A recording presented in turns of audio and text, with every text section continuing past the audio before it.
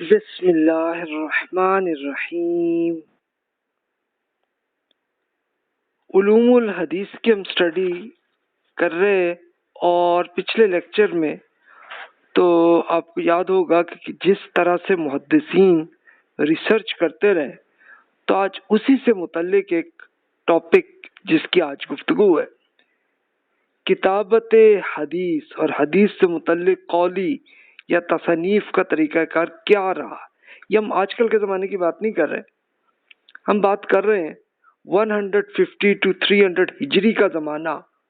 یہ وہ ہے کہ میتھڈالوجی آف ٹرانسفر، حدیث کیسے ایک لوگ سے دوسرے انسان تک ٹرانسفر ہوئی، ہوتے ہوتے بکس تک آیا ہے سلسلہ۔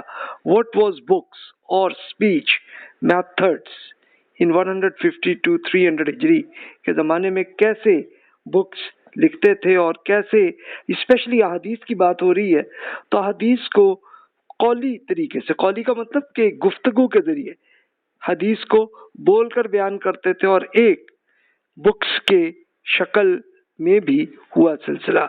تو آئیے ہم اس پہ بات کرتے ہیں کہ کیسے ہوا۔ علوم الحدیث کا تعارف تو بالکل پہلے لیکچر سے ہی آپ سن رہے ہیں، اور ہمارا ٹاپک یہ ابھی تک HS02 والی بک حدیث ریسرچ، جانچ پڑتال کا طریقہ کار کیا ہے، تو یہ ہمارا ٹاپک چل رہا ہے۔ تو اب دیکھیے رسول اللہ صلی اللہ علیہ وسلم کہ اللہ تعالیٰ کے حضور رخصتی 11 ہجری میں ہوئی، جو 632 CE ہے، وہاں سے لے کے 200 ہجری تک کا زمانہ ہے۔ تو اب مسئلہ تھا پیپر انفارمیشن ایج سے پہلے کا زمانہ تھا، یعنی عربوں کے ہاں پیپر نہیں ہوتے تھے، ہوتے بھی تھے تو وہ اسپیشل پرچیز کرتے تھے چائنا سے، تو اس لیے ہر آدمی پھر نہیں لیتے تھے، ظاہر ہر آدمی کے پاس اتنے پیسے نہیں ہوتے ہوں گے، کچھ لے لیتے تھے لے کے ڈائری کی۔ تو جیسے رسول اللہ صلی اللہ علیہ وسلم نے پیپرز پرچیز کر کے اور قرآن مجید کو پورے کو لکھوا لیا تھا سامنے پورا، تاکہ غلطی نہ۔ اس طرح کچھ صحابہ کرام نے بھی اپنے اپنے ڈائری کے طور پہ قرآن مجید کو بھی کر لیا تھا۔ کچھ صحابہ نے رسول اللہ صلی اللہ علیہ وسلم کے ارشادات کو بھی نوٹ کرنے کے طور پہ انہوں نے بھی لکھ لیا تھا۔ ایک طرح کی آپ کہہ رہے ہیں کہ انہوں نے ایک اپنی میموری کے لیے کچھ کرتے تھے، لیکن عرب اکثر لوگ جو ہے وہ یاد کرتے تھے، ان کا اسٹائل یہ تھا۔ تو حدیث کو اخذ کرنے اور آگے منتقل کرنے کے اس قواعد و ضوابط کا تعلق اس دور سے، جب حدیث ابھی باقاعدہ کتابوں کی صورت میں مدون نہیں ہو سکی تھی۔ یہ دور رسول اللہ صلی اللہ علیہ وسلم کے زمانے سے لے کے تقریباً 200 سال ہجری تک کا زمانہ ہے۔ تو یہ تو میں عرض کر چکا کہ 133 ہجری میں مسلمانوں کو پیپر بنانے کا طریقہ آ گیا تھا، لیکن ظاہر اس کی فیکٹریز بنانا اور سب لگے ہوں گے، اس کے لیے تقریباً کوئی 20 سال تو لگے، اور پھر اس کے بعد 150 ہجری کے بعد پھر پیپر آنا شروع ہوا، اور اب اسکالرز نے کتابیں لکھنی شروع کی اور حدیث کی بھی کچھ بکس لکھی جانے لگیں، لیکن ایک جو میجورٹی کے لحاظ سے آپ کہیں تو وہ 200 ہجری کے بعد کا پیریڈ ہے۔ 816 سی کے بعد پھر لوگوں نے باقاعدہ حدیث کی بکس لکھی۔ اس دور میں حدیث کو استاد سے سن کر محفوظ کرنا اور پھر اگلی نسل میں منتقل کر دینے کا قوانین بنائے گئے اس زمانے میں، تاکہ زبانی روایت میں غلطیوں کو کم سے کم سطح پر لایا جائے۔ جو راوی اس قوانین پر عمل پیرا نہیں ہوتے تو محدثین انہی لوگوں کو ضعیف کہتے ہیں۔ ضعیف کا مطلب کہ کمزور ہیں، یعنی ظاہر ہے کہ کمزور کس معنی میں، ایک تو یہ کہ ان کا میموری اچھی نہیں ہو، اور دوسرا یہ کہ ریکارڈ بھی صحیح طرح نہیں کرتے رہے۔ اچھا، بہرحال جو حدیث کی ایک ڈیٹیلڈ بک جو آج بھی آپ کو اویلیبل ہے، یہ موطا بک ہے جو امام مالک رحمۃ اللہ علیہ نے لکھی، اور امام مالک رحمۃ اللہ علیہ کا انتقال 179 ہجری میں ہوا۔ تو اس سے پہلے کہہ لیں کہ انہوں نے کچھ عرصہ پہلے، کوئی وفات سے کوئی 4-5 سال پہلے انہوں نے لکھا ہوگا۔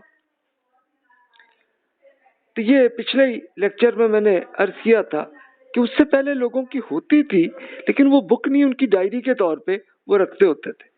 لیکن کچھ اسکالرز بہرحال اپنی حد تک ڈیٹیل سے بھی لکھ لیتے تھے. یہ کچھ فارمیٹ آپ سے جو پکچر پچھلے لیکچر میں عرض کی تھی کہ اس کا طریقہ تھا مخطوطوں کا، جس کو آپ انگلش میں مینوسکرپٹس کہتے ہیں.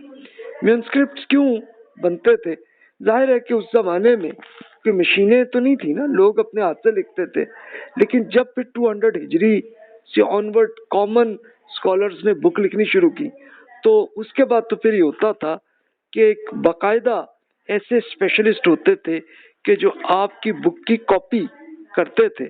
اب ایک اسکالر کو اگر ایک بک لکھی تو لکھ کے انہوں نے اپنے اسٹوڈنٹس کو کہہ دیا، یا جو اسپیشلسٹ تھے جن کو اسپیشلی کہا کہ ہاں جی آپ یہ اس کی 1000 کاپیز بنا لیں، تو اب وہ کیا کرتے تھے کہ وہ اس کے بندے اسپیشلسٹ جو ہیں مثلا ایک بار لکھ لی 2 ہو گئی کاپیز، اس کے بعد 2 سے پھر 2 آدمیوں نے لکھ کے 4 ہو گئی، پھر 8 ہو گئی، 16 ہو گئی، اس طرح ملٹیپلائی آپ کرتے چلے جائیں تو وہ جلدی ہو جاتا تھا کام. یعنی چلیں کہہ لیں کہ 2-3 مہینے میں 1000 کاپیز بنی. اب اسکالر نے جو بک لکھی تو انہوں نے کئی اور شہروں اور ملکوں میں پہنچا دیتے تھے. تو یہ طریقہ یہ تھا ان کا. اچھا، اس میں آپ کو یہ نظر آئے گا مخطوطے کے ساتھ ساتھ یہ رائٹ پہ کچھ خالی حصہ ہوتا تھا، رائٹ پہ لیفٹ پہ کچھ حصہ ہوتا تھا. تو اب جو اسٹوڈنٹ اس کو پڑھتے تھے یا سنتے تھے تو انہوں نے کچھ نوٹ کرنا ہے تو وہ بھی نوٹ یہ اوپر رائٹ یا لیفٹ پہ کچھ نہ کچھ لکھ لیتے تھے. تو ایسا بھی تھا، یہ بھی ایک طریقہ تھا اس زمانے میں. ایک پرانی سے پرانی بک یہ صحیفہ حمام بن منبع رحمۃ اللہ علیہ ان کی بک ہے. دیکھیے ان کے اس سٹائل میں وہ لکھتے تھے اور یہ 100 ہجری میں ان کا انتقال ہوا. یعنی وہ ابو ہریرہ رضی اللہ عنہ کے اسٹوڈنٹ تھے یہ حمام بن منبع صاحب. تو انہوں نے یہ ایک احادیث جتنی لکھی تھی انہوں نے کی، لیکن ظاہر ہے کہ اس کا وہ فارمیٹ نہیں تھا کہ جسے آپ آسانی سے پڑھ سکے. تو اس لیے بعد کے اسکالرز نے پھر احادیث کو ایسا لکھا کہ جسے آپ پڑھ سکتے ہیں. اب احادیث کی تحریر کا طریقے اس میں کیا معاملہ رہا ہے؟ صحابہ اور تابعین میں مختلف پوائنٹ آف ویو ان کے آئے. بعض صحابہ کرام جیسے عبداللہ بن عمر، عبداللہ بن مسعود اور زید بن ثابت رضی اللہ عنہ اس کام کو پسند نہیں کرتے تھے کہ یار میں اس کو احادیث کو ایک باقاعدہ بک کی شکل میں لکھوں. لیکن دیگر صحابہ اور تابعین میں ایسے لوگ ہیں کہ جو کہتے تھے کہ نہیں جناب یہ بالکل ٹھیک ہے. جیسے عبداللہ بن عمر رضی اللہ عنہ، انس رضی اللہ عنہ، پھر اس طرح عمر بن عبدالعزیز رحمۃ اللہ علیہ وہ تابعی ہیں تو انہوں نے بکس کا کیا. اچھا، عمر بن عبدالعزیز رحمۃ اللہ علیہ تو وہ خلیفہ بنے، حکمران بنے، تو انہوں نے یہ فیل کیا کہ یار یہ احادیث جو لوگ یاد کر رہے ہیں تو یہ کہیں ڈیلیٹ نہ ہو جائے. اب ظاہر ہے کہ ان کے زمانے میں 7 بڑے اسکالرز مدینہ منورہ میں تھے. تو عمر بن عبدالعزیز رحمۃ اللہ علیہ بھی پہلے مدینہ منورہ میں ہی رہتے تھے اور کچھ عرصے کے لیے گورنر تھے. تو انہوں نے اسپیشل ان کو کہا کہ بھئی آپ نے جتنا علم حاصل کیا اس کو آپ ریٹن فارمیٹ میں لے آئیں. تو یہ ہوا. اچھا، اب اختلاف کیوں تھا؟ وہ اصل میں عربوں میں ایک یہ سٹائل تھا کہ وہ اس کو ایک تکلف فیل کرتے تھے کہ یار اس کو میں لکھوں یا ڈائری کرو. چاہے ایک آدمی اگر لکھتا بھی تھا نوٹ کرنے کے لیے، یاد رکھنے کے لیے، تو ان پہ پھر ایک مذاق ہی آتا تھا کہ یار ان کی لگتا میموری اچھی نہیں ہے اس لیے یہ لکھ رہے ہوتے ہیں. تو اس طرح سے تھا، لیکن اب کچھ لوگوں نے بہرحال لکھا بھی. اچھا، اگلے پیریڈ میں تو پھر تمام اسکالرز نے ایکسیپٹ کر لیا کہ جناب جب پیپرز بھی کامن آ گئے، سب کچھ آ گئی، تو پھر تو بھی لکھنا چاہیے. اچھا، ایک اختلاف آپ نے آج کل کی کچھ اسکالرز میں سنا ہوگا کہ صحیح مسلم کی ایک حدیث ہے جس میں رسول اللہ صلی اللہ علیہ وسلم نے فرمایا مجھ سے سن کر قرآن کے سوا کوئی اور بات نہ لکھا کرے. جس نے قرآن کے علاوہ اب تک کچھ اور لکھا ہے تو وہ اسے ڈیلیٹ کر لیں اپنا. ایک طرف تو یہ حدیث ہے. ایک اور حدیث ہے جو بخاری میں بھی اور مسلم میں کہ جس میں رسول اللہ صلی اللہ علیہ وسلم نے یہ فرمایا تھا ابو شاہ کے لیے یہ باتیں لکھ کر دے دیجئے. اس کے علاوہ کچھ اور حدیث بھی ہیں جس میں عبداللہ بن عمر رضی اللہ عنہما کو حدیث لکھنے کی اجازت دے دی تھی رسول اللہ صلی اللہ علیہ وسلم نے. تو اب یہ دیکھیے کہ حدیث میں یہ تھوڑا سا کانفلکٹ آپ کو فیل ہوتا ہے، لیکن اس کی آپ ڈیٹیل میں پڑھیں انہی حدیث کے. وہ میں نے وہی عرض کیا تھا کہ حدیث کا اگر کانسیپٹ آپ کو کلیئر نہ ہو تو پھر آپ دیگر حدیث میں پڑھیں تو بات سمجھ میں آئے گی کہ یہ جس وقت قرآن مجید نازل ہو رہا تھا اور اسپیشلی کچھ صحابہ کرام کی رسپانسبلٹی تھی کہ وہ قرآن مجید کو پورا وہ لکھیں. تو اصل میں یہ جو پہلی حدیث ہے اس میں رسول اللہ صلی اللہ علیہ وسلم نے انہیں روکا تھا کہ اب قرآن کے علاوہ کوئی اور بات نہ لکھیے گا، کیونکہ یہ نہ ہو کہ یعنی اس کی وجہ یہی سمجھ میں آتی ہے کہ ایک اب قرآن مجید لکھ رہے ہیں اور بیچ میں اگر کچھ اور لکھا تو لوگ بعد کی نسل میں کہیں نہیں جناب قرآن میں تو یہ بھی ہے. تو اس لیے رسول اللہ صلی اللہ علیہ وسلم نے احتیاط کی تھی. لیکن جیسے ابو شاہ یہ کون صاحب تھے، ایک دوسرے قبیلے کے ایک صاحب آئے تھے، تو انہوں نے کہا تھا کہ بھی رسول اللہ صلی اللہ علیہ وسلم سے ریکویسٹ کی کہ جی میری میموری اچھی نہیں ہے، آپ پلیز مجھے دین کے جتنے احکامات ہیں پورے آپ وہ لکھ کر دے دیں تاکہ یاد رہے ہمیں. تو وہ پھر اس کے لیے رسول اللہ صلی اللہ علیہ وسلم نے اپنے صحابہ میں سے کسی کو فرمایا کہ بھی آپ یہ لکھ کے ان کو دے دیں تاکہ ان کو یاد رہے. اسی طرح عبداللہ بن عمر رضی اللہ عنہما وہ قرآن مجید کو پورا نہیں بک کی شکل میں نہیں لکھتے تھے، تو اس لیے ان کو اجازت دے دی. تو اصل وجہ یہی ہے. یعنی اب تحریر لکھنے سے روکنے کی وجوہات اصل وہی تھی جو میں نے عرض کیا. ایک تو کاغذ کی کمی، یعنی ظاہر ہے کہ اگر چاہیے بھی زیادہ تو بہت ایکسپینسو پیمنٹ کر کے چائنا سے امپورٹ کریں، مشکل کام تھا نا. اچھا ایک اور ایشو تھا کہ لوگ ظاہر ہے کہ ہر کوئی پیپر سے نہیں پرچیز کرتے تھے، تو وہ پتھر یا چمڑے میں تحریر کو لکھتے تھے، تو اس میں فراڈ بھی ہو سکتا تھا. کیوں ہو سکتا تھا؟ اس لیے کہ پتھر ہو یا چمڑا ہو، اس پہ جو کچھ لکھا ہے اس پہ آپ کچھ نہ کچھ ڈالیں اس میں پانی اور وہ سب کچھ ڈیلیٹ ہو گیا، اس کے بعد اس میں کچھ اور کر لیا. لوگ کرتے تھے نا، تو اس میں فراڈ ہو سکتا تھا یا اور کچھ نہیں. تو ایک حدیث اگر ایک کسی نے لکھی ہے پتھر کے اوپر تو دوسرے نے اس کو ڈیلیٹ کر کے لفظ کو کچھ اور بنا دیا، فراڈ کر سکتے تھے نا لوگ. تو اس لیے اس سے روکنے کی ایک یہ وجہ بھی آ سکتی ہے. اور قرآن مجید کے نزول کے وقت قرآن مجید کی کو مکس کرنے کی غلطی سے اجتناب کیا، اور یہ خاص طور پہ ان صحابہ کرام رضی اللہ عنہم پہ روکا تھا کہ بھی تاکہ قرآن چونکہ وہ لکھ رہے ہیں تو اس میں کوئی اور چیز نہ ہے. تو یہ مقصد تھا ان کا. تو اب اس کا انالیسس آپ کر سکتے ہیں کہ رسول اللہ صلی اللہ علیہ وسلم نے صرف کاتبان وحی جنہیں کہتے ہیں، یعنی جو قرآن رائٹرز، ان کو لکھنے سے روکا گیا تھا. جو میں نے ابھی عرض کیا کہ اصل وجہ یہی تھی کہ بھی یہ نہ ہو کہ قرآن مجید کے اوراق کے حاشیے میں بسا اوقات تشریح نوٹس بھی لکھ سکتے تھے نا. اچھا یہ ظاہر ہے ان کی غلطی نہیں ہوگی، لیکن وہ اپنی میموری کے لیے کچھ نوٹ یا کچھ ایسا کر لیں تو پھر عام آدمی اگلی نسل میں اس کو بھی قرآن کا حصہ سمجھ لے. تو یہ تھا. اب یہ اسپیشل جو میں نے عرض کیا کہ اوراق کے حاشیے پہ، یہ حاشیے کا فارمیٹ یہ دیکھیے، یہ اس بک میں بھی ایک بہت پرانی جو امام بن منبع صاحب کی ہے یہ انہوں نے لکھا، لیکن یہ بالکل حاشیہ وہ ہے کہ جو بالکل خالی پیپر کا ذرا سا حصہ جو ہوتا ہے تو لوگ اس میں نوٹ کر لیتے تھے.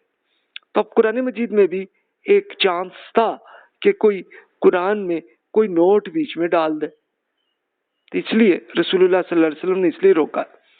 دوسرا پھر یہ بھی تھا کہ اس معاشرے میں اہم باتوں کو لکھ لینے کا زیادہ رواج بھی نہیں تھا. وہ اس میں جیسے میں نے یہ یاد کیا کہ جو لکھتے تھے تو ان کو یہ بھی کہنا کہ یار تمہاری میموری اچھی نہیں، تو ایک طرح کا ایک طنز بھی ایک طرح کا ہو جاتا تھا، تو لوگ پھر اوائڈ کرتے تھے اور وہ میموری کو زیادہ یاد کرنے کی وہ کوشش کرتے تھے. ایک یہ وجہ تھی. اور ایک کاتبین وحی ایسا کریں تو اس کے کیس میں تو اس کا امکان زیادہ تھا کہ بھی وہ کوئی غلطی بھی آ جائے اس میں. اب ہوا یہی کہ رسول اللہ صلی اللہ علیہ وسلم کے بعد جو رسول اللہ صلی اللہ علیہ وسلم نے قرآن مجید جو لکھوایا تھا تو اب وہ دیکھا کہ اس کے کچھ پیپرز اس میں تھوڑی سی کچھ چیز جو ہے نا وہ یعنی پیپرز کمزور ہوئے ہیں، تو اس کو پھر ابو بکر صدیق رضی اللہ عنہ نے یہ ایکشن کیا کہ اس کو دوبارہ ری چیک کروائے، اور کن سے؟ یہ کاتبان وحی، وہ صحابہ کہ جو قرآن مجید لکھتے تھے، تاکہ آپ دوبارہ اس کو لکھے۔ انہوں نے لکھ لیا اور اس کو ابو بکر صدیق رضی اللہ عنہ نے سنبھال کے رکھا۔ اچھا، ان کا انتقال جلدی ہو گیا، 2 سال بعد ہی ہو گیا۔ پھر عمر رضی اللہ عنہ نے سنبھال کے رکھا، اور آپ ہی کی بیٹی صفیہ رضی اللہ عنہ، جو کہ عمر رضی اللہ عنہ کی بیٹی تھی اور امہات المومنین میں سے ایک تھی، وہ حفصہ رضی اللہ عنہ، جو عمر رضی اللہ عنہ کی بیٹی تھی، اور ان کی شادی رسول اللہ صلی اللہ علیہ وسلم سے ہوئی تھی، تو وہ بڑی اچھی اسکالر تھیں، تو انہوں نے قرآن مجید کو سنبھال کے رکھا۔ اور پھر عثمان رضی اللہ عنہ کی حکومت جب بنی تو تب کچھ اسکالرز نے آ کے کہا کہ امیر المومنین یہ مسئلے کو حل کرے، کیونکہ لوگ قرآن مجید کو پڑھتے ہوئے غلطی کر رہے ہیں، یہ نہ ہو کہ بعد میں آپس میں اختلاف بن جائے جو پہلے اہل کتاب میں غلطی ہوئی تھی۔ تو عثمان رضی اللہ عنہ نے پھر یہی کیا کہ حفصہ رضی اللہ عنہ سے قرآن مجید لیا، اور پھر اس کی انہوں نے سینکڑوں کاپیز بنائی، اور بنائی بھی وہی کاتبان وحی کے اسکالرز، اور انہی کے پھر جو اسٹوڈنٹ یا بچے جو زیادہ مضبوط تھی، جن کی یعنی نوجوان تھے، میموری بھی اچھی تھی جن کی، انہوں نے دوبارہ لکھا، اس کو ری چیک کیا، کسی میں کوئی غلطی تو نہیں ہوئی، بالکل صحیح کر کے عثمان رضی اللہ عنہ نے ہر شہر میں اس کو بھیج دیا۔ اور پھر اسپیشلی یہ بھی کہا گیا ہر گورنر کو کہ بھی جن لوگوں نے خود اپنی طور پر قرآن پاک کو لکھا ہوا ہے تو پلیز انہیں کہیں کہ وہ اسے ڈیلیٹ کر دیں، اور بلکہ ایک طرح کا پولیس ایکشن بھی کیا کہ لوگوں سے تاکہ ان کی غلطیاں جو ہے نا وہ رہ جائیں، غلطیاں جو ہیں وہ ڈیلیٹ ہو جائے۔ تو انہوں نے سب کو کیا اور فرمایا کہ یہ جو ایک اسپیشل حکومتی طور پہ جو پبلش ہوا ہے صرف اسی قرآن ہی کو رکھے۔ تو دیکھیے آج اس وقت آپ کے پاس جو قرآن آ رہا ہے یہ وہ ہے کہ جو عثمان رضی اللہ عنہ نے اسپیشل صحیح طریقے احتیاط کے ساتھ کروا دیا تھا، اور اس کے ساتھ جن لوگوں نے اپنی طور پر جو لکھا تھا جس میں غلطیاں تھیں وہ سب کی سب ڈیلیٹ ہو گئی۔ تو قرآن کے تو یہ ہوا، لیکن حدیث میں ایسا نہیں ہوا، یعنی حدیث میں تو چلیں یہ ہوا، لیکن اب قرآن مجید کی تدوین کے بعد ایک باقاعدہ جلد جب تیار ہو گئی، جب معاملہ ہو گیا، تو اب کوئی غلط فہمی کا کوئی تعلق نہیں تھا، تو اس لیے صحابہ کرام رضی اللہ عنہم نے احادیث کو اجازت بھی دے دی۔ ظاہر ہے کہ قرآن مجید کا آلموسٹ 95% تو نازل ہو گیا تھا، بس آخری حصہ تھا، تو کوئی بات نہیں، تو اب عام صحابہ کرام کو اجازت تھی، تو اس لیے جیسے عبداللہ بن عمر رضی اللہ عنہ وہ لکھتے تھے، ابو ہریرہ رضی اللہ عنہ وہ بھی لکھتے تھے، اور یہ آخری ٹائم ہے۔ اب حدیث کی تحریر کرنے کو کیا احتیاطی تدابیر کیا کرنی چاہیے؟ اب یہ کس نے کی؟ یہ اب اسکالرز نے اس میں سجیشن دی ہیں تاکہ یہ احادیث کی غلطیوں میں یہ چیز نہ رہے۔ مثلا وہ فن تحریر کا ماہر ہو، یعنی وہ حروف کی شکلوں اور نقاط کو اچھی طرح پہچانتا ہو تاکہ حدیث کو پڑھنے لکھنے میں غلطی نہ کرے۔ یہ بالکل ایسے ہی ہے، آپ کو اردو آتی ہے، لیٹ سپوز آپ کو انگلش نہیں آتی، فرض کر لیں، تو آپ اگر انگلش میں تھوڑا سا کر کے شروع کریں گے تو غلطیاں بہت آئیں گی، تو سیم عربی میں بھی ایسے ہی ہے۔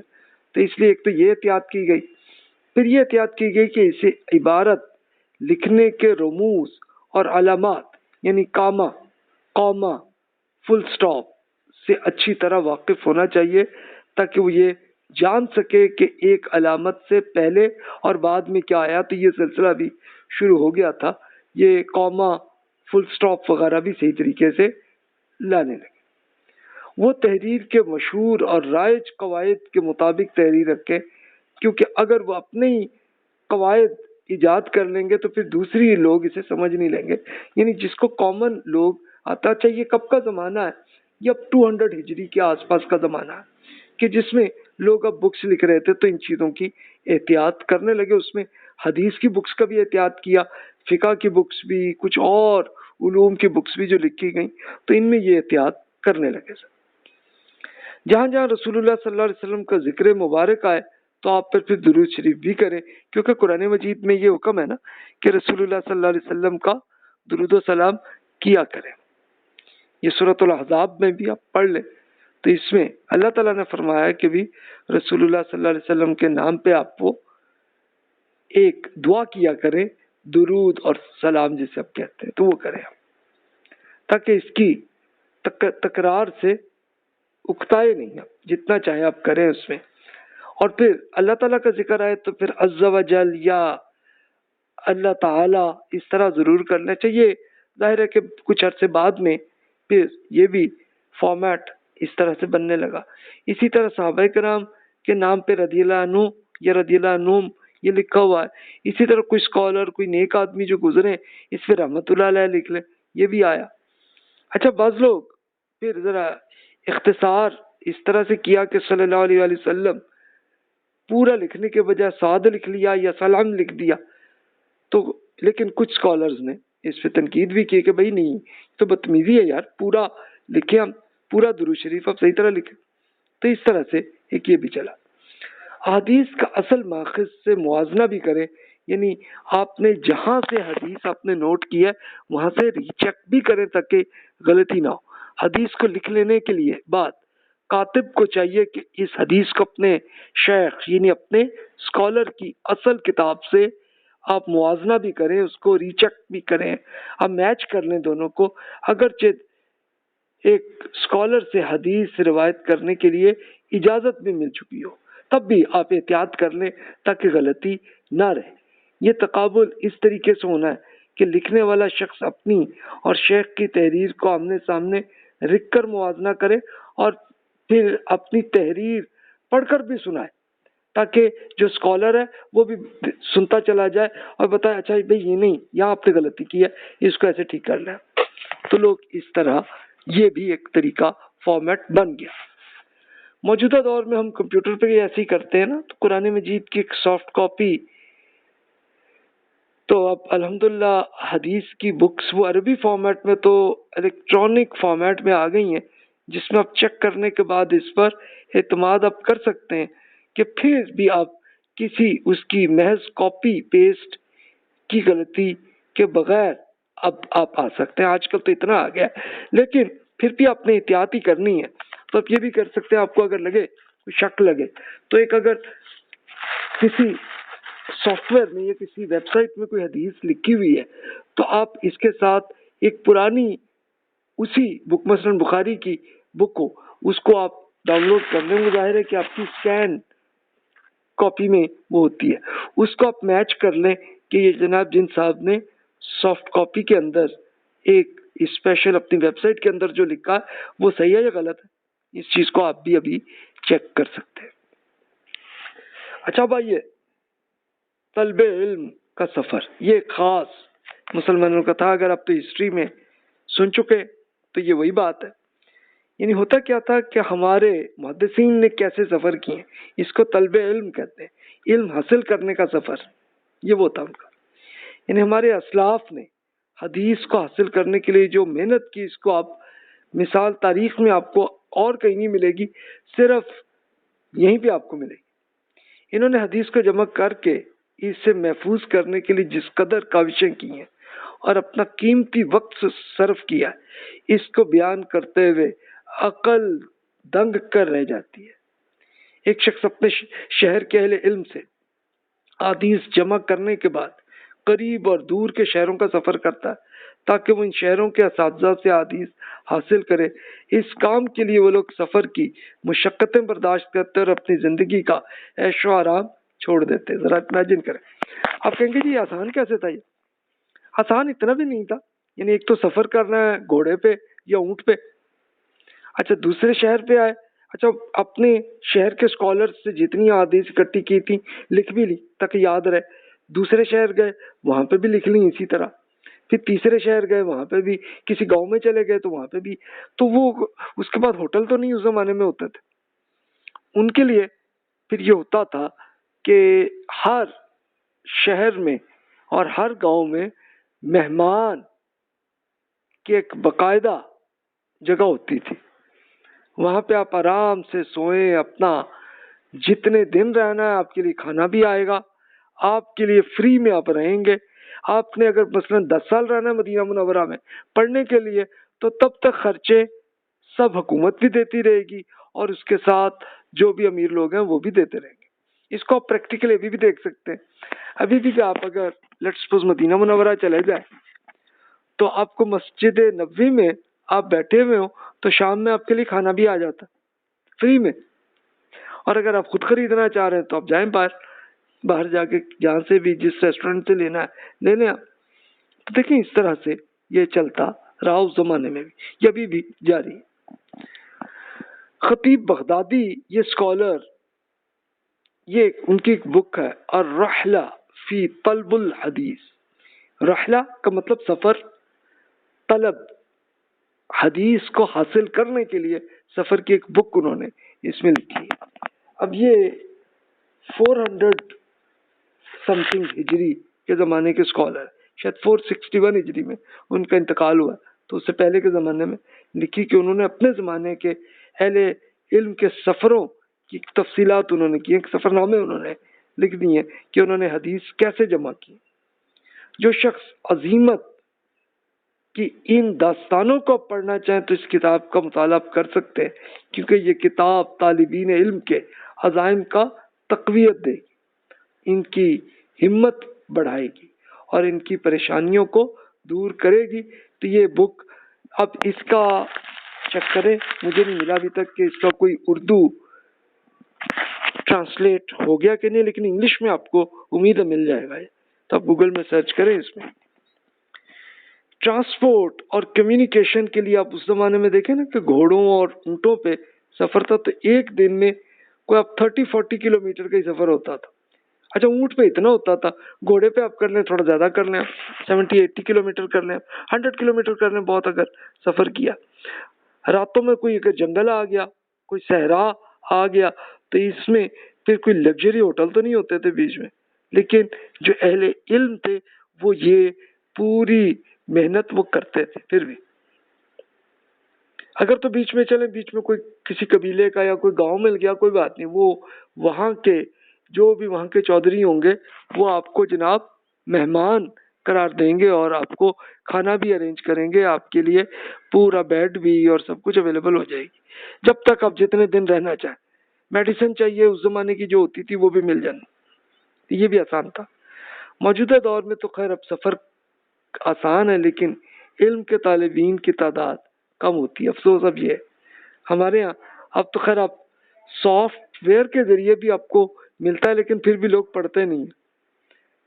اب تو آڈیو ویڈیو فارمیٹ میں بھی مل گیا لیکن لوگ نہیں بھی کرتے، تو یہ اب ہم پہ افسوس ہی کر سکتے ہیں. تو پلیز آپ کے لیے یہی سجیشن دوں گا کہ پلیز آپ بھی یہی آپ کے جو آپ کے پرانے بزرگ ہمارے جیسے پڑھتے تھے تو ایسے ہمیں بھی پڑھنے لکھنے سننے کی حیثیت اور صلاحیت ہمیں کرنی چاہیے.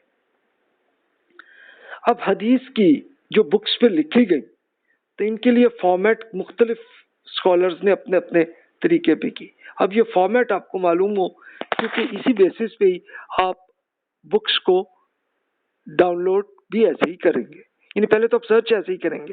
الجوامع، جوامع کا مطلب جامع، یعنی جامع جس کا مطلب ہر ٹاپک کو اکٹھا کیا گیا، جیسے عقائد یعنی ایمان، عبادات، معاملات، سوانح حیات. سوانح حیات کیا ہوگی؟ آپ کی بیبلیوگرافی. مناقب، مناقب کا مطلب کہ کون شخص ہیں اور کس میں کیا کیا خصوصیات ہیں ان میں. رقت قلب یعنی جس میں انسان میں کوئی ایسا مثلا کوئی ایسی بیماری آ گئی کہ جیسے حسد، تو حسد کو ٹھیک کرنے کے لیے بھی فتنے اور قیامت کی علامات سے متعلق حدیث ہیں. اس کی ایک ایگزامپل یہ امام بخاری رحمۃ اللہ علیہ کی جو بک ہے، اس کا اصل نام ہے الجامع الصحیح، یعنی جامع کا مطلب ہر ٹاپک پہ انہوں نے اکٹھی کی حدیث، اور صحیح کا مطلب ہے صرف اوتھینٹک حدیث ہی انہوں نے اکٹھی کی انہی پہ نام پہ. اچھا سیم اسی طرح کے اسکالر امام مسلم ہے تو ان کی بھی الجامع الصحیح، ان کی بک کا نام بھی یہی ہے، لیکن اس کو ہم عام طور پر اس لیے صحیح بخاری کہہ لیتے ہیں یا صحیح مسلم کہہ لیتے ہیں، ہمارے ہاں اس طرح سے چلتا ہے۔ المسانید دوسرا طریقہ تھا جو مسند کا فارمیٹ تھا، اس میں انہوں نے یہ کیا کہ صحابہ کرام کے نام سے کہ ایک صحابی نے جو جو حدیثیں کی ہیں ان سب کا ایک چیپٹر بنا لیا، جیسے ابو ہریرہ رضی اللہ عنہ کے ساری بکس کو ایک چیپٹر میں آ گیا، سیدہ عائشہ رضی اللہ عنہ کی بیان کردہ حدیث کو اس میں اکٹھا کر لیا، ان سب کو اس طرح سے کیا۔ اس کی مثال امام احمد بن حنبل رحمۃ اللہ علیہ کی کتاب ہے، اس کا نام ہے مسند احمد بن حنبل، انہوں نے یہ لکھی۔ اچھا جی، پھر آگے اگر آپ نے دیکھنا ہے تو آپ کو اور بھی اسی طرح آپ کو فارمیٹ ایسے ہی آپ کو نظر آئیں گے۔ اچھا، اس کے لیے اگلا ایک طریقہ تھا السنن۔ سنن کیا ہے کہ یہ وہ بکس ہیں کہ جس میں فقہ کی موضوع جو آپ کے شریعت سے متعلق کچھ ارشادات ہیں تو وہ ان کو اکٹھے کیا گیا، جس کے لیے فقہا استنباط کر سکیں، کہ جس سے فقہا یہ کر سکیں کہ ہاں جی یہ چیز ایسے درست ہے، یہ غلط ہے، ان سب کی چیز۔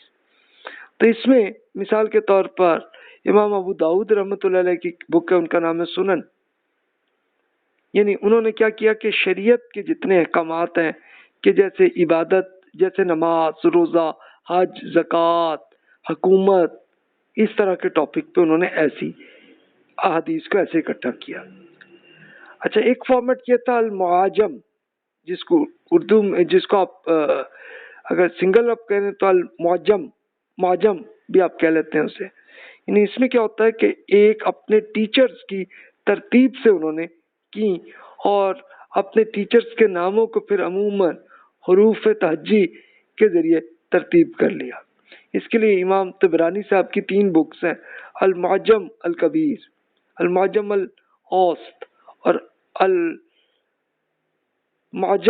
الصغیر، یہ 3 ان کی بکس، یعنی ایک ظاہر ہے کہ چھوٹی ہے، ایک درمیانی، ایک بڑی ہے، اس طرح سے۔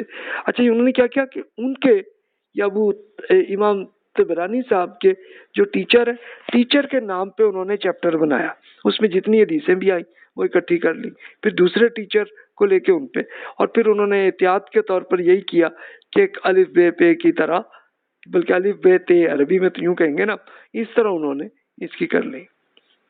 اس کو سرچ کرنا شاید آسان ہے، اس لیے انہوں نے کیا ہوگا۔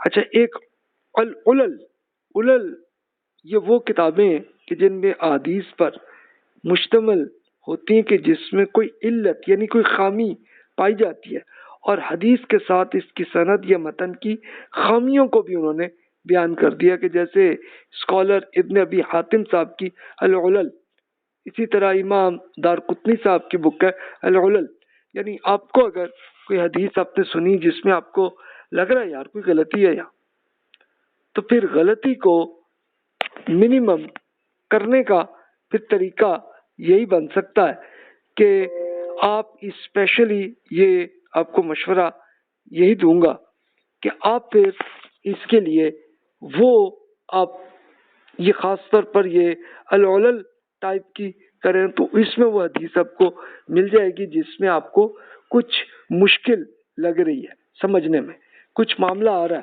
کہ یعنی اسپیشلی خاص طور پر جہاں پہ ایرر ہوئی ہوگی تو وہ اس کی پوری ڈیٹیل یہ ان کے اسکالر وہ کر دیتے ہیں حدیث بیان کر کے، اور پھر آگے اس کی پھر وہ ایکسپلینیشن بھی کر دیتے ہیں غلطی یہ۔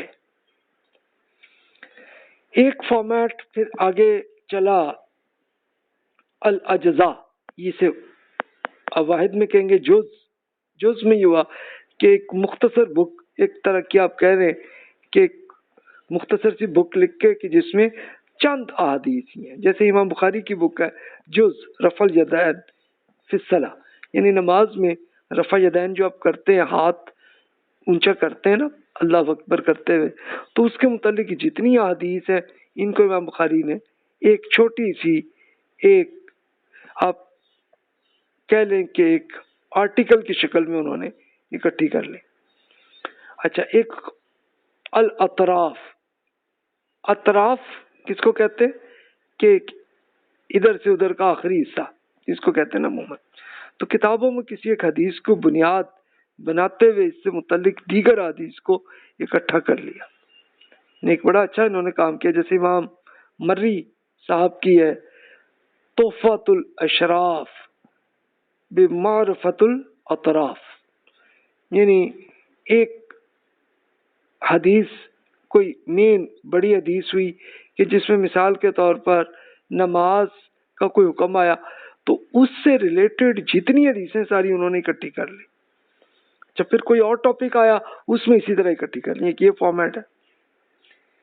ایک فارمیٹ ہے المستدرک. مستدرک اس کتاب کو کہتے ہیں کہ دوسری کتاب کے مصنف کی شرائط پر پورے اترنے والی وہ حدیث بیان کی گئی ہیں جو اوریجنل اس کتاب میں نہیں ہے. اس کی ایک ایگزامپل ہے ابو عبداللہ الحاکم صاحب کی بک ہے المستدرک علی الصحیحین. اب یہ کیا بات ہے؟ صحیحین سے کہتے ہیں امام بخاری اور امام مسلم رحمۃ اللہ علیہ کی بکس دونوں کی. تو اب اسپیشل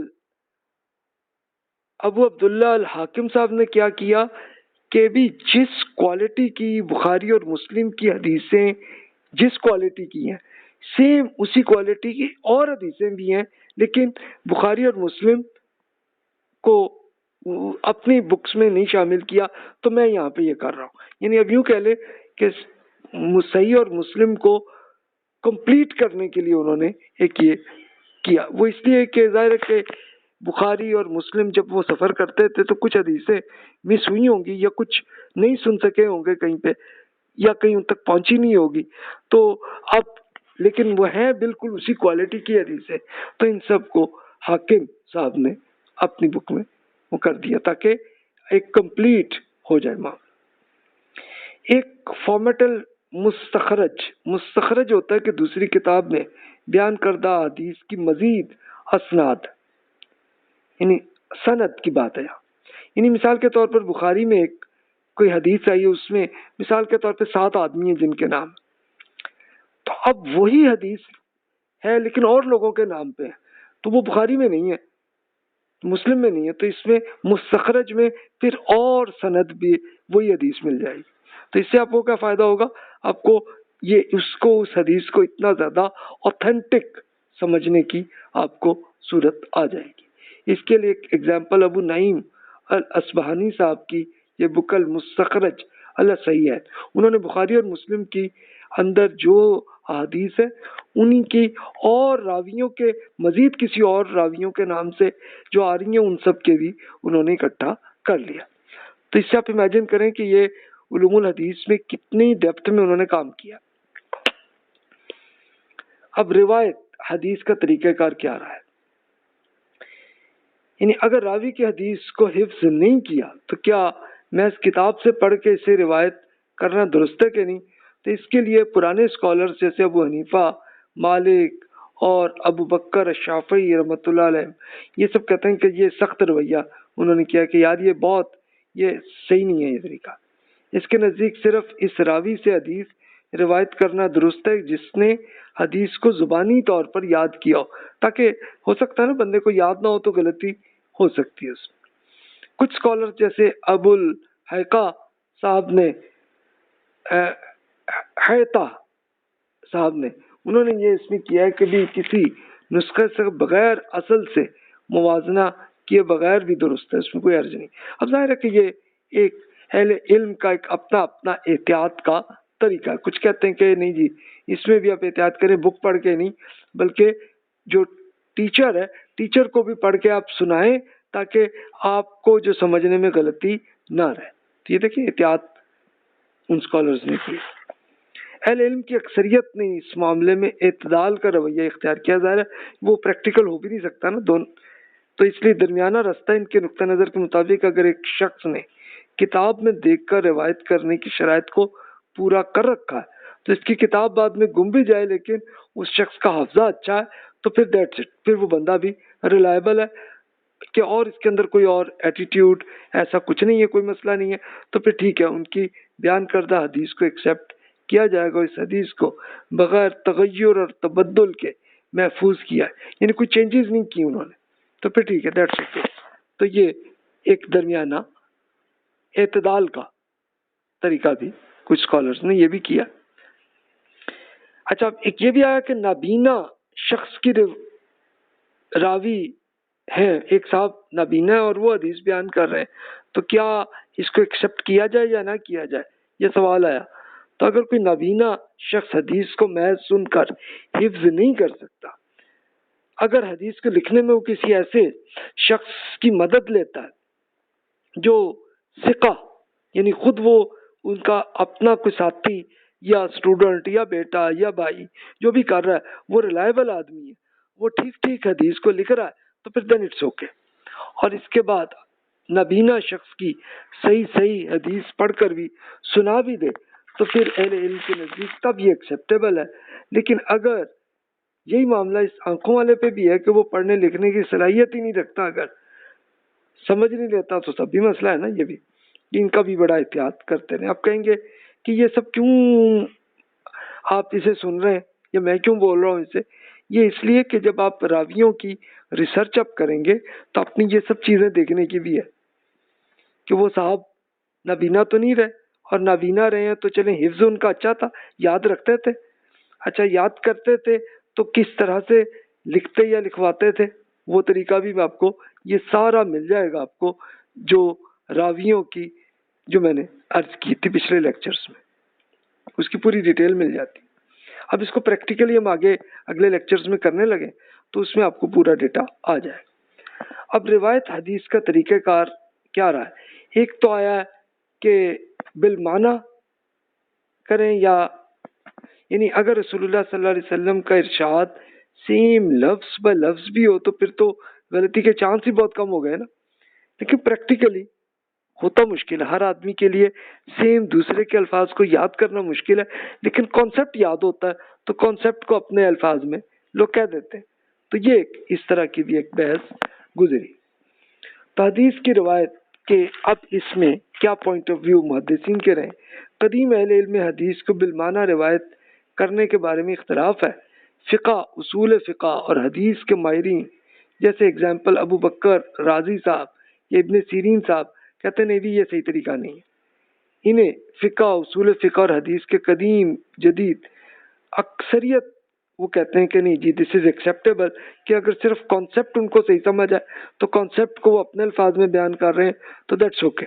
یہ بالکل وہی چیز ہے جیسے آپ ترجمہ کرتے ہیں تو عربی میں قرآن ہے یا حدیث ہے تو اس کو آپ ترجمہ ہی کرتے ہیں نا، تو آپ کو جو سمجھ میں آیا آپ اس کو پھر وہ بیان کرتے ہیں. اچھا وہ پرانے اردو کا ترجمہ جب پہلے کیا گیا تو انہوں نے اتنی احتیاط کی کہ صرف جو لفظ ہے سیم وہی لفظ ہی اس کا ترجمہ لفظ بہ لفظ کیا، لیکن اس کو آپ پڑھیں تو وہ سمجھ میں بھی نہیں آتی. اب یہ بھی تو مسئلہ ہے نا، تو ایشو ہے یہ. تو ائمہ اربعہ جنہیں کہتے ہیں کہ جو فقہ کے اسکالر ابو حنیفہ، مالک، شافعی، احمد بن حنبل رحمۃ اللہ علیہ، اس کو کہتے ہیں کہ دس از ایکسیپٹیبل، کہ ٹھیک ہے کہ کانسیپٹ انہوں نے سمجھا ہے، بندہ ریلائبل ہے تو دیٹس اوکے کہ ان سے پھر بیان کردہ حدیث کو اپنے الفاظ میں وہ بیان کر رہا ہے، لیکن وہ بات ٹھیک ہے تو ٹھیک ہے دیٹس اوکے. اچھا بعض دیگر اہل علم کہتے ہیں کہ نہیں جی روایت بالمعنی اسی صورت میں جائز ہے جب راوی حدیث کے الفاظ اور اس کے معنی سے اچھی طرح واقف ہو، ان کے ساتھ ساتھ لفظ میں معمولی تبدیلیوں سے معنی کی تبدیلی ہو جانے کو بھی اچھی طرح جانتا ہوں، کیونکہ لفظ اگر کچھ اور ہو جائے تو کانسیپٹ بھی تو چینج ہو سکتا ہے نا. تو اس لیے کچھ زیادہ احتیاط کرتے ہیں کہ جی صرف بالمعنی اسی کو ایکسیپٹ آپ کریں کہ جب راوی صحیح طرح الفاظ کو بھی یاد صحیح طرح سے کرتا ہو، ورنہ تو پھر اس بندے کی بھی اپنے الفاظ بھی آ سکتے ہیں. تو دیکھیں اتنی احتیاط حدیث ریسرچ میں اتنی کی گئی. یہ تمام بحث ان حدیث کے بارے میں کہ جنہیں کسی کتاب میں تصنیف نہیں کیا گیا، لیکن جو حدیث کتب حدیث میں جو آ چکی ہے تو پھر مانوی انداز میں روایت کرنا اب درست نہیں، اس لیے کہ اب وہ بکس پبلش ہو چکی ہیں نا، تو اب آپ اس کو پورا کریں. لیکن اب ظاہر ہے کہ آپ ترجمہ کر رہے ہیں اردو میں یا انگلش میں، تو پھر آپ اگر اپنے لیکچر میں صرف اس کا ترجمہ یا بیان کر رہے ہوں گے نا تو یہ پھر مجبوری ہے، کیا کریں، کیونکہ اب یہ پریکٹیکلی ہو نہیں سکتا کہ آپ عربی میں بولیں اور پھر اس کا ترجمہ بھی کریں. تو پھر یہ اگر تو ایک بار ہو رہا ہے تو ہو جائے، لیکن بہت ساری حدیث کو آپ اگر پڑھا رہے ہو تو پھر مسئلہ آتا ہے. تو یہ ایک ایشو ہے. تو اس میں یہی کہا گیا کہ مفہوم کو یاد ضرور کر لیں. اگر احادیث لکھی جا چکی ہیں تو پھر یہ مسئلہ نہیں ہے. ہاں چلے اس میں اتنی پرابلم بھی نہیں ہے، اس لیے کہ اگر میں نے ترجمہ کچھ کیا، حدیث کا بیان کیا، لیکن مجھ سے غلطی ہو گئی، تو آپ کو احساس ہوا کہ یار کچھ غلطی ہے، تو آپ وہ اوریجنل عربی میں آپ وہیں پہ اسی بک میں پڑھ لیں، آپ کو اصل بات سمجھ میں آ جائے گی. اگر میری غلطی ہوئی وہ مجھے بتا دیں کہ میں ٹھیک کر لوں گا، اور اگر میری غلطی نہیں ہے وہ صحیح ہے بات، تو آپ کو بھی سمجھ آ جائے گی بات. تو یہ ہے. اچھا، جو شخص حدیث کو بالمعنی روایت کر رہا ہے تو پھر اس پر لازم ہے کہ وہ حدیث مکمل کرنے کے بعد یہ الفاظ کہے کہ جیسے رسول اللہ صلی اللہ علیہ وسلم نے فرمایا، یا آپ نے اس سے ملتی جلتی بات کہی تو اس طرح سے کہے، یعنی ملتی جلتی بات ارشاد فرمائی. یہ زیادہ معقول طریقہ ہے، کیونکہ آپ کو اگر الفاظ یاد نہیں ہے تو پھر ایسے کہیں آپ. تو اس لیے وہ آپ دیکھیے کہ یہ حدثنا کر کے وہ جو لفظ آتا ہے اس کا مطلب یہ ہوتا ہے کہ جناب انہوں نے مجھ تک حدیث پہنچائی، لیکن یہ اصل میں اس کے کانسیپٹ آئے، لفظ بہ لفظ نہیں آئے. بہت لفظ بہ لفظ کی حد تک اگر آپ کہیں گے کہ رسول اللہ صلی اللہ علیہ وسلم کے الفاظ نہیں ہو تو وہ بہت ریئر ہی حدیث آپ کو ملے گی. چند حدیث ہیں کہ جس میں جیسے رسول اللہ صلی اللہ علیہ وسلم نے کوئی ایسا ارشاد فرمایا کہ اچھا وہ کوئی ایک جملہ ہی ہوگا کہ جس میں وہ سب صحابہ کو یاد رہا ہو اور انہوں نے بالکل وہی الفاظ سے آگے آیا. مثلا خاص طور پہ دعائیں کہ رسول اللہ صلی اللہ علیہ وسلم نے کوئی دعا فرمائی، یا اپنے لیکچر میں کوئی ایسا کانسیپٹ ارشاد فرمایا کہ جو ایزیلی بندے کو یاد آ جائے، تو اس طرح کیوں، لیکن ہیں کم. لیکن چلے دعاؤں کی حد تک تو آپ کو مل جاتی کافی حد تک. روایت بالمعنی کا اصول درست ہے، کیونکہ عملاً یہ پریکٹیکل ہو بھی نہیں سکتا نا، ورنہ تو ہوتا کہ صرف چند حدیثیں ہی ہوتی اور باقی جو 70,000 ہے سب ڈیلیٹ ہو جاتی، تو پھر رسول اللہ صلی اللہ علیہ وسلم کے علم سے ہم فائدہ نہ اٹھا سکتے، تو یہ مسئلہ ہوتا. تو اس لیے ٹھیک کیا اسکالرز نے کہ جو کم از کم کانسیپٹ بائی کانسیپٹ صحیح کانسیپٹ سے کیا. اچھا اس کے لیے آپ چیک بھی کر سکتے ہیں، اگر آپ کو قرآن مجید کے یا دیگر حدیث کے ساتھ یہ کانفلکٹ پیدا ہو رہا ہے تو پھر اس حدیث کو چھوڑ دیں، پھر وہ ضعیف بلکہ بعض کیسز میں تو ایک موضوع یعنی جعلی حدیث بھی بن جاتی. تو سرچ آپ اس طرح سے کرتے ہیں. روایت بالمعنی میں بعض اوقات کسی راوی کی غلط فہمی کے باعث بھی بات ہو سکتی ہے، تو محدثین نے روایت کے ساتھ ساتھ درایت کا اصول بھی اس لیے ایجاد کیا.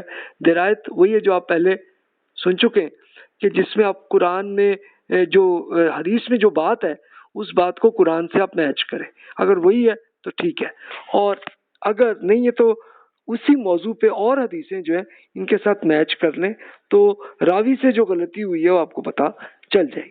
تو یہ طریقہ ایسے ہے. اچھا، روایت حدیث کے اندر ایک اگلا یہ بھی ہے طریقہ، حدیث میں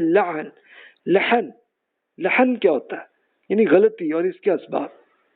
اب غلطی تو انسان سے ہو سکتی ہے نا، یہ تو نارمل ہے، لیکن عربی زبان اور اس کے گرامر سے عدم واقفیت کی وجہ سے بھی غلطی ہو سکتی ہے. حدیث کے طالب علم کے لیے ضروری ہے کہ وہ عربی زبان بھی سیکھے، گرامر کو بھی اچھی طرح سیکھ لیں تاکہ حدیث کو پڑھنے میں غلطی سے محفوظ رہے.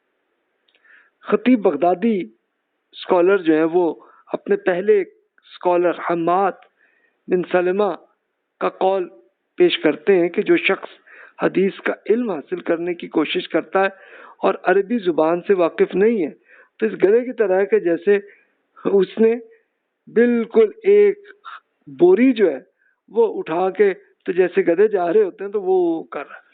یعنی عربی اگر نہیں پتا تو پھر یہ ان کے زمانے میں یہ مسئلہ تھا نا کہ وہ عربی میں حدیثیں پوری ہوتی تھیں، تو ایک آدمی کو عربی نہیں آتی تو وہ پھر اس میں کیا کرے گا، غلطیاں ہی کرے گا نا.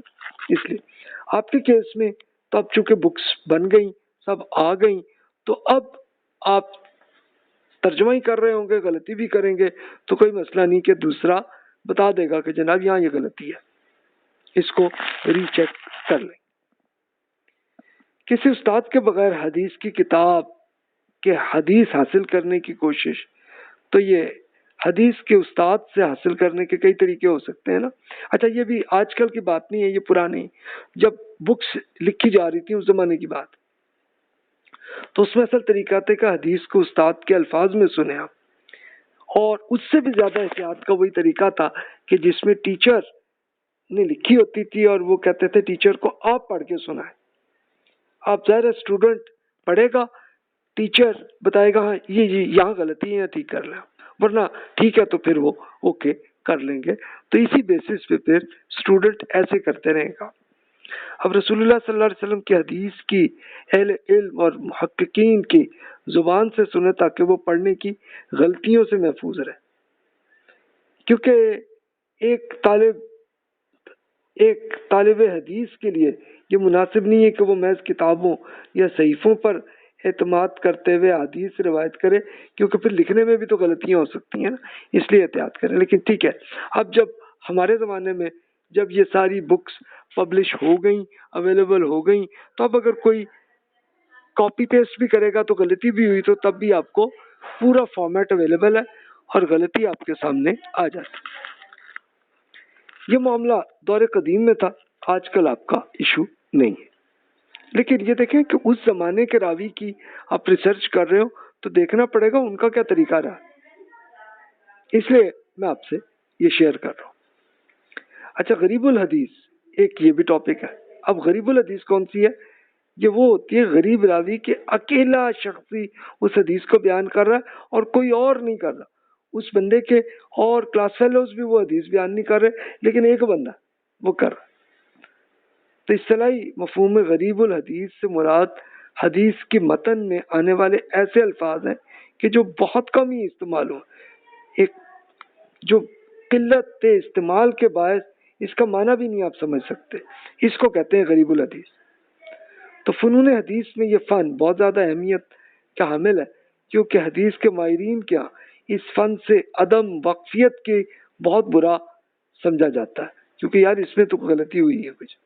اس علم کے حاصل کرنا ایک دشوار عمل ہے. یعنی اگر کوئی غریب حدیث آپ کو مل جائے تو آپ کو بہت سارے کنفیوژن وہاں پیدا ہوگی، تو اس لیے اس سے بچیں. انسان کو اس بات سے ڈرنا چاہیے کہ اللہ تعالیٰ کے رسول صلی اللہ علیہ وسلم کے کلام کی توجیہ اپنی وہم و گمان کی بنیاد پر اگر کرے نہیں جی، پہلے اچھی طرح ریسرچ کر کے پھر کرے.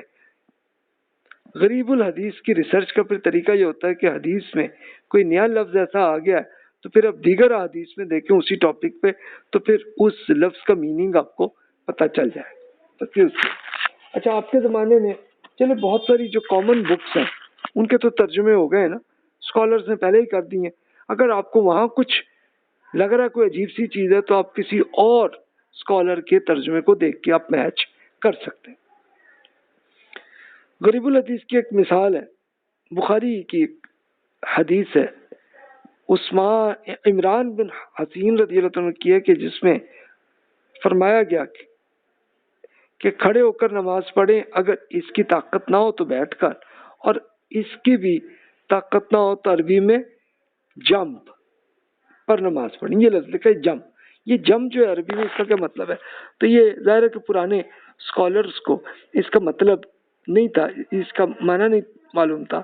خیر، ایک اور حدیث یہ سنن دار قطنی میں ایک اور حدیث ہے جس میں علی رضی اللہ عنہ کے یہاں یہی بات بیان ہوئی ہے. اس حدیث میں یہ آیا کہ وہی ہے کہ آپ کھڑے ہو کے نماز پڑھیں، اگر طاقت نہ ہو تو بیٹھ کے، اور اگر اس کی بھی طاقت نہ ہو تو دائیں کروٹ پر لیٹ کر قبلہ رو کر کے اپنا نماز پڑھیں. تو یہ اب دیکھیں، یہ دائیں کروٹ پر لیٹ کر، یہ جمپ کا یہ مطلب ہے کہ کروٹ پہ بیٹھ کے آپ نماز پڑھ لیں. تو حدیث کا یہ مطلب. اب یہ غریب حدیث کی بھی کچھ بکس ہیں، یہ آپ کو اردو میں ترجمہ تو ریئر ہی آپ کو ملے گا. ابو القاسم بن سلام کی ہے، ابن الاسیر کی ہے، سیوطی صاحب کی ہے، زمخشری صاحب کی ہے. تو یہ بکس ہیں، لیکن یہ عربی میں ہی ہے. اگر آپ کو عربی میں ہی آپ کی صلاحیت اتنی آ گئی ہے تو پھر آپ کر سکتے ہیں. اس کے بعد ہے آداب روایت. یعنی جب آپ ایک حدیث سیکھ رہے ہیں تو پھر آپ دوسروں کو سنائیں. تو یہ اس زمانے میں بھی تھا اور آج بھی ویلڈ ہے کہ محدث کی نیت درست ہو اور خلوص سے نیت سے یہ کام کریں، اس میں کوئی اپنی شہرت اور مرتبے کے لیے یہ حاصل نہ کریں. ورنہ پرانے کئی راوی تو اس لیے یہ کرتے تھے تاکہ اس سے چلو پروموشن مل جائے، تو یہ نہ کریں. یہ صرف اس لیے کریں کہ رسول اللہ صلی اللہ علیہ وسلم کا علم آپ اور لوگوں تک پہنچا رہے ہیں، بس یہی مقصد ہو آپ کا۔ وہ حدیث کا علم اسے استاد سے حاصل کریں کہ جو خود بھی اسکالر ہو، علم اور تجربے سے اس سے بہتر ہو۔ ظاہر ہے اگر ورنہ ان کو پتہ نہیں تو استاد کی غلطی آپ کے پاس آ جائے گی، تو آپ پھر غلطی پہ غلطی کاپی پیسٹ ہوتی چلی جائے گی آگے، یہ غلطی۔ اگر اس سے کوئی ایسی حدیث کے بارے میں پوچھے جس کا اسے خود علم نہیں ہے لیکن وہ جانتا ہے کہ دوسرا شخص اس کو جانتا ہے، تو پھر اس سائل کو دوسرے محدث کی طرف بھیجے۔ یعنی یہ پرانا طریقہ یہ تھا، آج کل بھی یہ ویلڈ ہے کہ جیسے ایک یہ خود ٹیچر کے لیے یہ ایک ایتھکس ہے کہ آپ کو نہیں پتا تو آپ بتا دیں کہ آپ اپنے فلاں استاد جو ہے نا ان سے جا کے کر لیں، ان کو پتا ہے اس کا۔ مثال کے طور پر یہ دنیاوی معاملات میں بھی ہے کہ جیسے لیٹس سپوز آپ کو کیمسٹری کی ڈیٹیل نہیں ہے، آپ کو معلوم، تو آپ اپنے کالج کے جو کیمسٹری کے ٹیچر ہیں کہیں گے کہ بیٹا آپ جاؤ وہاں جا کے ان سے پوچھ لو، تو وہ اصل طریقہ یہ ہے۔ اگر کوئی اسے نیت کے درست نہ ہونے کے بارے میں بھی خبردار کرے تو اسے چاہیے کہ وہ فوراً اپنی نیت کی اصلاح بھی کر لے۔ اگر آپ کو نیت خراب ہے، ابھی اندازہ نہیں ہے لیکن پھر آ گیا، صحیح کلک ہو گیا ذہن، تو پھر ابھی اپنے آپ کو اصلاح کر لیں، توبہ کر لیں اور غلطیوں کو ٹھیک کر لیں۔ اگر وہ اہلیت رکھتا ہے کہ وہ حدیث کی عملہ اور تعلیم کے لیے مجلس منعقد کرے تو پھر حدیث روایت کا سب سے بہترین طریقہ ہے۔ یعنی یہ بھی وہی پرانا طریقہ تھا کہ جب ٹیچر بولتے تھے تو اسٹوڈنٹ ان کو نوٹ کرتے جاتے تھے، تو آپ بھی ایسے کر لیں۔ اب جیسے آپ کہیں کہ نہیں جی وہ یوٹیوب میں تو مجھے ضرورت نہیں، ضرورت وہاں بھی ہوتی ہے، اس لیے کہ اگر آپ نے یوز کرنی ہے اسی حدیث پہ عمل بھی، تو پھر آپ بے شک ان کے ارشاد کو تھوڑا کچھ سیکنڈ کے لیے آپ بند کر لیں اور وہیں پہ آپ لکھ لیں تاکہ آپ کی میموری اچھی رہے۔ میرا پریکٹیکل ایکسپیرینس ہے کہ ہم اگر لکھ لیں تو پھر یاد زیادہ اچھا آتا ہے۔ محدث پاک صاف ہو، اسے اپنے بال داڑھی کو اچھی طرح کنگھی کر کے آئے۔ اچھا یہ اس زمانے کا کلچر یہ اس لیے تھا کہ جو محدث یعنی جو ریسرچ اسکالر ہے تو وہ پھر اچھے کپڑوں میں اچھے طریقے سے ہی آئے تاکہ لوگ پھر ان کی بے عزت نہ آپ کو کریں کوئی، بس یہ مقصد ہے اس کا۔ محدث سے جو رسول اللہ صلی اللہ علیہ وسلم کی حدیث کی تعظیم کے لیے باوقار انداز اختیار کرے کہ باوقار طریقے سے ہی بات کریں، اسی طرح اپنا ایٹیٹیوڈ بھی ایسا رکھے۔ یہ ظاہر ہے یہ کنگھی اور بال اور داڑھی کا اس زمانے میں اس طرح کا تھا، لیکن ظاہر ہے کہ آپ کے اب جو کپڑے اور طرح کے ہو گئے، سٹائل آپ کا کچھ اور ہو گیا، تو چلو آپ جب بھی کوئی ایک لیکچر آپ جب بھی کرنے جا رہے ہو تو جو آپ کے کلچر میں جو بھی اچھا طریقہ ہوتا ہے وہی کریں۔ محدث تمام حاضرین مجلس کے ساتھ برابری کا سلوک کرے، کسی کے ساتھ دوسرے پر ترجیح نہ دے۔ یہ ہر ٹیچر کے لیے کہ اپنے اسٹوڈنٹس کو سب کو برابر لیول پہ رکھیں، سب کو عزت دے۔ محدث مجلس کا آغاز اور اختیار اللہ تعالیٰ کی حمد و ثنا اور رسول اللہ صلی اللہ علیہ وسلم پر درود بھیج کر کے کرے۔ تو یہ بھی کیا گیا۔ اچھا ہم لوگ الحمدللہ اب حدیث کی بات کر رہے ہیں یا جیسے ہسٹری کی یا فقہ کی بھی ہم کر رہے تھے لیکچرز، تو اس میں رسول اللہ صلی اللہ علیہ وسلم کا جب ذکر آتا تو ہم بھی صلی اللہ علیہ وآلہ وسلم کہتے ہیں، تو یہ درود شریف کا حصہ ہے، یہی ہے۔ تو اسی طرح اللہ تعالیٰ کا ذکر آئے تو اللہ اکبر ہم کہہ دیتے ہیں، اللہ تعالیٰ کہہ دیتے ہیں، تو اس طرح کر لیا کریں۔ یعنی اس کا فائدہ کیا ہے کہ ایک برکت رہے گی آپ کے کام میں۔ محدث ایسے الفاظ سے اجتناب کرے جو حاضرین مجلس کے عقل و فہم سے بالا تر ہو، یعنی اگلے کو وہ لفظ ہی نہیں پتا تو پھر اس میں آپ کریں گے۔ آپ نے کچھ سنا ہوگا کہ ایون مذہبی اسکالرس کا بھی کہ وہ کوئی ایسے الفاظ میں تقریر کرتے ہیں کہ جو آپ کو سمجھ نہیں آتی، تو اس میں آپ کی غلطی نہیں ہے، یہ ان کی غلطی ہے کہ ان کو چاہیے کہ وہ واضح الفاظ میں ارشاد فرمائیں جو بھی وہ کہنا چاہ رہے ہیں۔ پھر محدث سے حدیث کی عملہ کا مطلب کہ لکھنا، اس کے اختتام پر حکایات اور دلچسپ باتیں بھی کہیں تاکہ لوگ بور نہ ہونا۔ اچھا اب آپ مجھ پہ اعتراض آپ کریں گے کہ میں آپ کو بور کر دیتا ہوں، تو بھائی یہ میری معذرت ہے، میری ویکنیس ہے، پھر اگر ہے تو آپ کو فیل ہوئی تو۔ اچھا، یہ خطیب بغدادی صاحب کی بک اسی موضوع پہ آپ دیکھیں 463 ہجری، سوری میں نے ابھی 461 کہہ دیا تھا، 463 ہجری میں انتقال ہوا ان کا، اور ان کی بک ہے الجامع الاخلاق الراوی و آداب السامع۔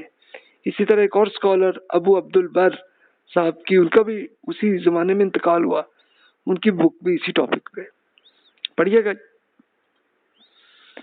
حدیث کے طلب علم کی مقرر آداب، اس کے لیے رسول اللہ صلی اللہ علیہ وسلم کی حدیث پہ ہم بات کو ختم کرتے ہیں۔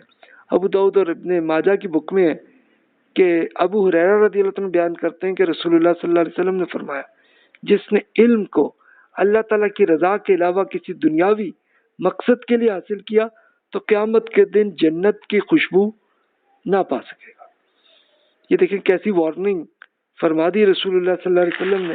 اس کو میں اپنے لیے کرتا ہوں کہ میں اس دنیاوی فائدے کے لیے اگر ایسا کر رہا ہوں تو میں ابھی توبہ کر لوں، اور اگر نہیں ایسا تو اللہ کا شکر میں ادا کرتا ہوں۔ تو جناب آپ بھی اپنا آپ کو کر لیں کہ ایک طالب علم حدیث یا قرآن جو بھی آپ پڑھ رہے ہیں اسے سمجھنے کے لیے اللہ تعالیٰ سے مدد مانگے، توفیق اور آزادی کی دعا ضرور کریں، اور کلی طور پر طلب علم حدیث میں مشغول ہو تو اس کے لیے حصول کے لیے ہر ممکن جو بھی کوشش آپ کر سکتے ہیں کریں۔ آپ کے جو بھی ٹیچرز علمی، دینی اور اعلیٰ سند کے اعتبار سے بلند مرتبے پہ ہوں تو انہی سے آپ پڑھیں۔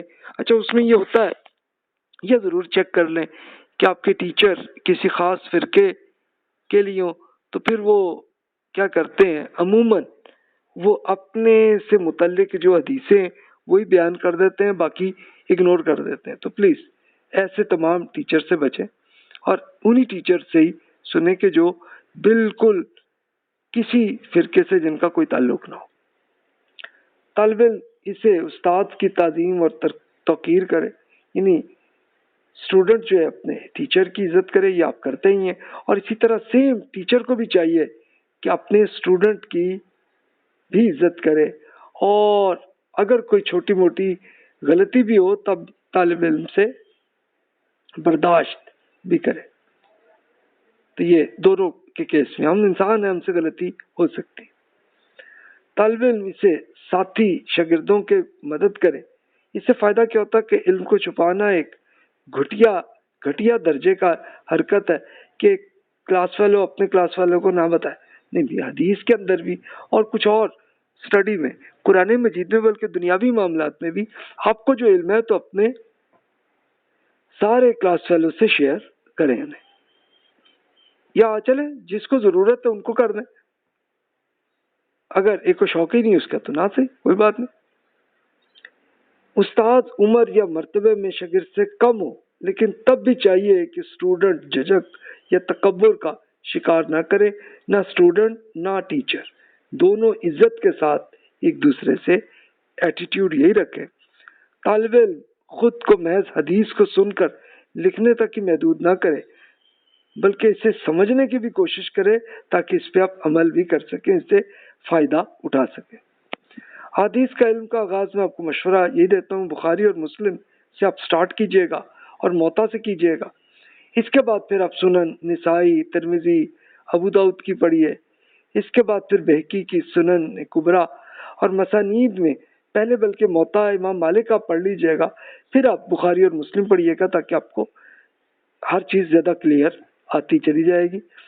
پھر لاسٹ پہ مسند احمد جو ہے، کیونکہ وہ سب سے لمبی بک وہی ہے تو وہ اس کے بعد پڑھیے گا۔ اس کے علاوہ کچھ اور بکس ہیں تو وہ آپ کے سامنے لکھی ہوئی آ رہی ہیں، اس کے بعد پھر آپ پڑھیے گا۔ اس کو انشاءاللہ آخری لیکچر میں تفصیل سے میں عرض کروں گا۔ تو جزاک اللہ خیر محسن الجزا۔ جو سوال ہیں بلا تکلف پلیز ای میل کر لیں۔ السلام علیکم۔